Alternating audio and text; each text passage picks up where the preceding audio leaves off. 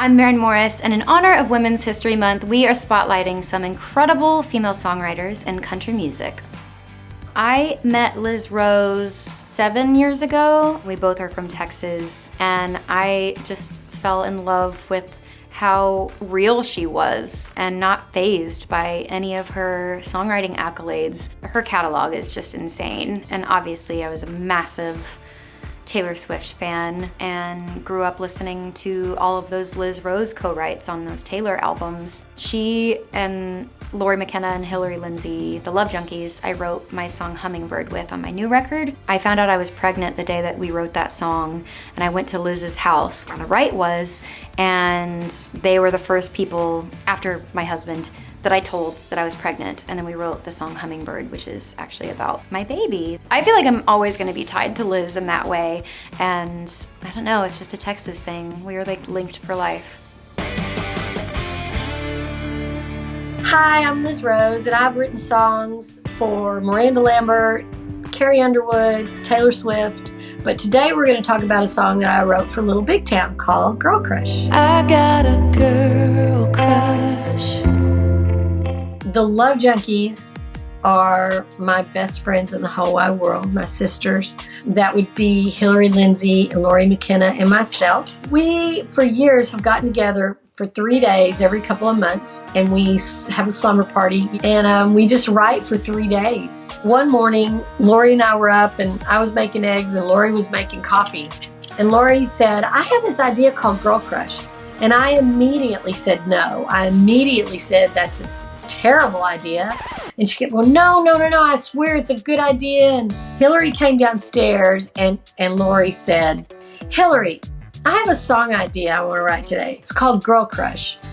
And Hillary looked at both of us and just starts going, I've got a girl crush. Hate to admit it, but I've got a hard rush. Ain't slowing down. I got a hard rush.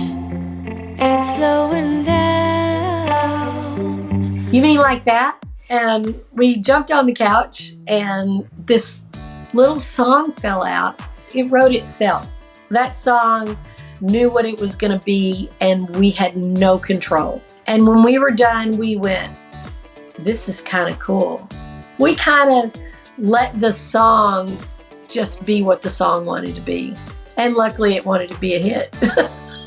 The day that we wrote Girl Crush, Karen and Kimberly came over and said, what have y'all been writing? And I kind of said, well, we've got one more we wrote, and y'all would never cut it because you're a band. But halfway through the song, their eyes were like this, and they were like, well, what?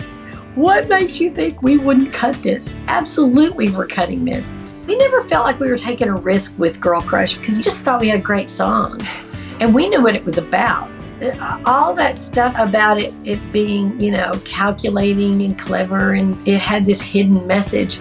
It never had a hidden message. We did take some risks, under her bed sheets, Thinking about her under your bed sheets. I think where there were some risky lines in that song, I think that's what made it a hit. I think it's what made it the song that it was. I wanna taste her lips, yeah, 'cause they taste like you. When we write, we're not sitting there going, we can't say that, or so-and-so would cut it. That's not how we write. The first time that we heard the recording of Girl Crush was actually in the studio. We were demoing some songs, and one of them was a song that Karen and Kimberly wrote with us. So we were demoing that song. They actually brought the recording of Girl Crush in and surprised us and played it. And we were floored. We cried, and it was like the best recording of a cut that any of us had ever gotten. And I can remember, us telling them that. But the thing I remember most was that we were talking about how Hillary and I had a Grammy and that Lori didn't. And Karen said, we're going to get Lori McKenna a Grammy on this song. And it did. Got Lori McKenna her first Grammy. We just thought we were writing this cool little song, never thinking that we were writing a song of the year.